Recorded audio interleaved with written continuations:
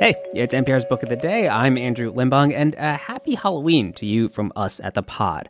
You know, there's this idea that horror reflects us as a society, right? That what is popular in horror is related to the anxiety of the day. An uptick in vampires means we're anxious about sex. Killer robots mean we're anxious about technology. Slashers mean we're anxious about sex again. Writer Jeremy Dauber has mapped these horror trends to fears of the day throughout American history in his book American Scary, A History of Horror from Salem to Stephen King and Beyond. And in this interview with NPR's Ayesha Rascoe, he talks about how these trends and fears change over time, how our fears of witches in the Puritan era are slightly different from our fears of witches in the 90s, and how horror is a way to confront these fears without talking about them directly. Find out more after the break. This message comes from BetterHelp. Can you think of a time when you didn't feel like you could be yourself, like you were hiding behind a mask? BetterHelp Online Therapy is convenient, flexible, and can help you learn to be your authentic self so you can take off the mask. Because masks should be for Halloween fun, not for your emotions. Visit BetterHelp.com/NPR today to get 10% off your first month. That's BetterHelp.com/NPR. What truly scares you? Is it the dark symphony of the night? Or maybe that ancient fanged vampire who conducts their song? Listen to them. Children of the night. Perhaps your fear is closer to home, like a psycho. Or is it the devil that's seemingly behind it all? And I am Lucifer, the devil in the flesh. Whatever scares you this spooky season, author Jeremy Dauber says it's all a part of a long American tradition. One of the things I love doing as kind of a cultural historian is saying, what is it that we can learn from our popular culture about who we are as a country? And horror is really, it just gets under our skin. It gets into our soul and brings all of that out into the light. I spoke to him recently about his new book, American Scary, A History of Horror from Salem to Stephen King and Beyond. He says the American horror tradition started even before there was an America, with early English settlers and their suspicions that led to the Salem witch trials. You have these Puritans, they're coming over from England. They're bringing that past with them. They're bringing sort of their baggage, so to speak, with them. One of the big buckets of sort of American and universal fear, which is that horror beyond, right? They're very religious people. They're people of faith. They think, okay, this world is a small bridge between, possibly eternal damnation or salvation. But the other big bucket is what I call the monster next door. This idea that people next to us, marginalized people, women, people of color, they can be terrors to some of these white patriarchs as well. And what you have then is that combines very neatly in that witchcraft hysteria. Well, you bring in some works that readers probably would never consider horror, like the narrative of the life of Frederick Douglass. I mean, clearly slavery is horrifying. Can you delve a bit into how slavery and the Civil War helped to make up this whole early generation of horror? I think one of the things that happens is that at part of the effort to build up support for the Union side was to present to their fellow Americans slavery as the horror that it was, to make sure that everybody would sort of get on the side and be willing to sacrifice to overthrow this institution. And so you have individuals who are able to tell those stories as horror stories. One of the most interesting stories to me, it was a true story of an escaped slave named Box Brown, or that was what he was called, because he literally escapes by putting himself into a box and kind of going up north that way. And the point that I make about connections, like you're saying, Ayesha, is that it's so similar to all these stories of the time of premature burial and what have you that Edgar Allan Poe is making famous. Those were the stories that were coming from the North, from the Union side. What about the South? What are some of the types of stories that came out of that? Of course, they viewed this in a very different way. Fear goes in all sorts of direction, even ways that we may now find quite morally opprobrious. And one of the fears that sort of animated the South was this idea of an enslaved person's insurrection. The idea that, you have these individuals, they are in your household in some cases, they're right next to you, they're your neighbors, and because you're doing these terrible things to them, right, the South wouldn't have thought of it that way maybe, but they are going to rise up and murder you in your sleep. How did we get from the witch trials? You have all been found guilty of witchcraft and consorting with the devil. And Frankenstein. He's alive! To Stephen King. You slow soul! And Freddy Krueger. What's the prime time?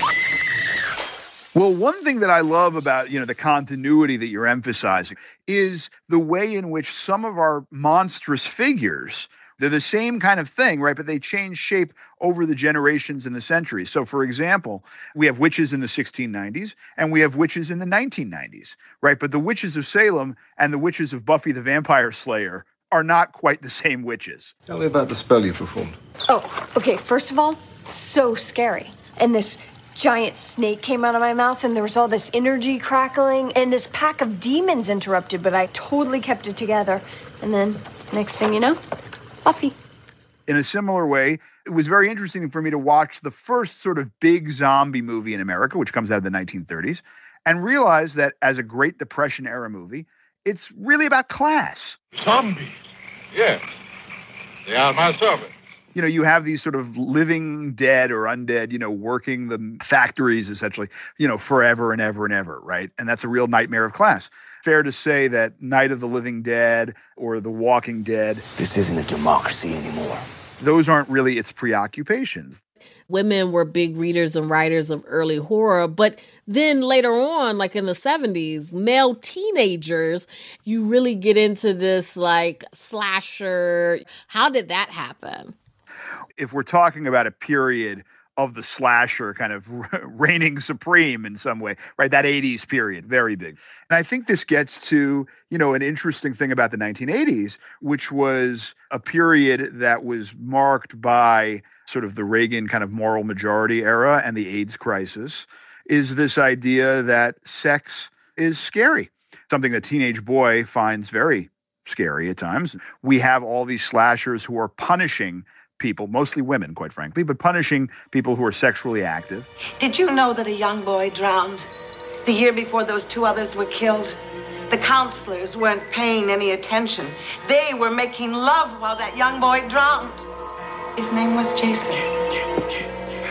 And I think that was a way of sort of dealing and thinking about those fears without actually, expressing them so explicitly. You could say, oh, it's just about a summer camp, in which things go horribly wrong and this person is targeting teenagers in the Friday the 13th movies. But it's, it's about something underneath that. We talked about the spiritual horror of the past.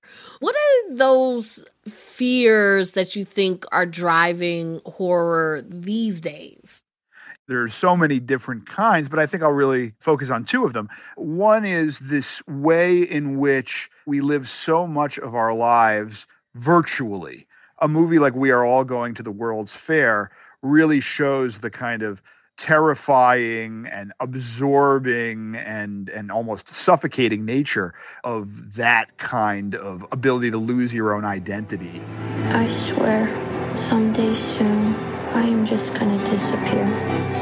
The other is this kind of, monster next door question where, we're in a period of time where maybe people don't trust each other or their neighbor or other people quite as much as they used to. Social media may have something to do with that. And as a result, it's not surprising that movies like Barbarian or Civil War. Well, you're American, okay? Okay. What kind of American are you? Are really kind of bringing up this idea or sort of the new Netflix show Monsters, right, which is about true crime, right, saying, okay, you scratch sort of this seemingly idyllic environment and underneath there are terrors. I mean, you make a great argument for how essential horror is to our collective story as Americans. But do you think that the genre gets the respect that it deserves?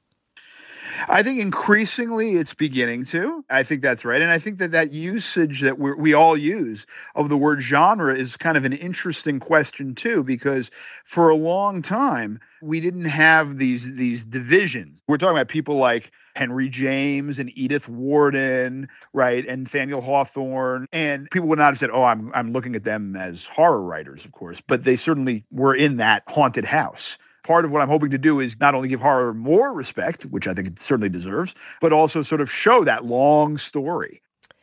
That's Jeremy Dauber. His new book is American Scary. Thanks for talking with me, Jeremy, and happy Halloween. Thank you, and to you too. Happy Halloween. And just a reminder that signing up for Book of the Day Plus is a great way to support NPR's book coverage and public media, and you'll get to listen to every episode sponsor-free. So please, go find out more at plus.npr.org/Book of the Day.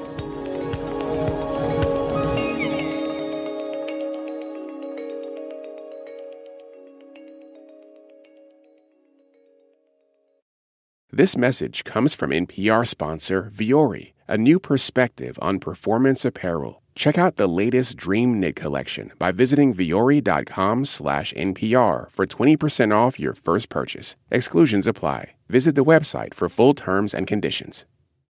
This message comes from NPR sponsor Merrill. Whatever your financial goals are, you want a straightforward path there. But the real world doesn't usually work that way. Merrill understands that. That's why, with a dedicated Merrill advisor, you get a personalized plan and a clear path forward. Go to ml.com/bullish to learn more. Merrill, a Bank of America company. What would you like the power to do? Investing involves risk. Merrill Lynch, Pierce, Fenner & Smith Incorporated, registered broker-dealer, registered investment advisor, member SIPC.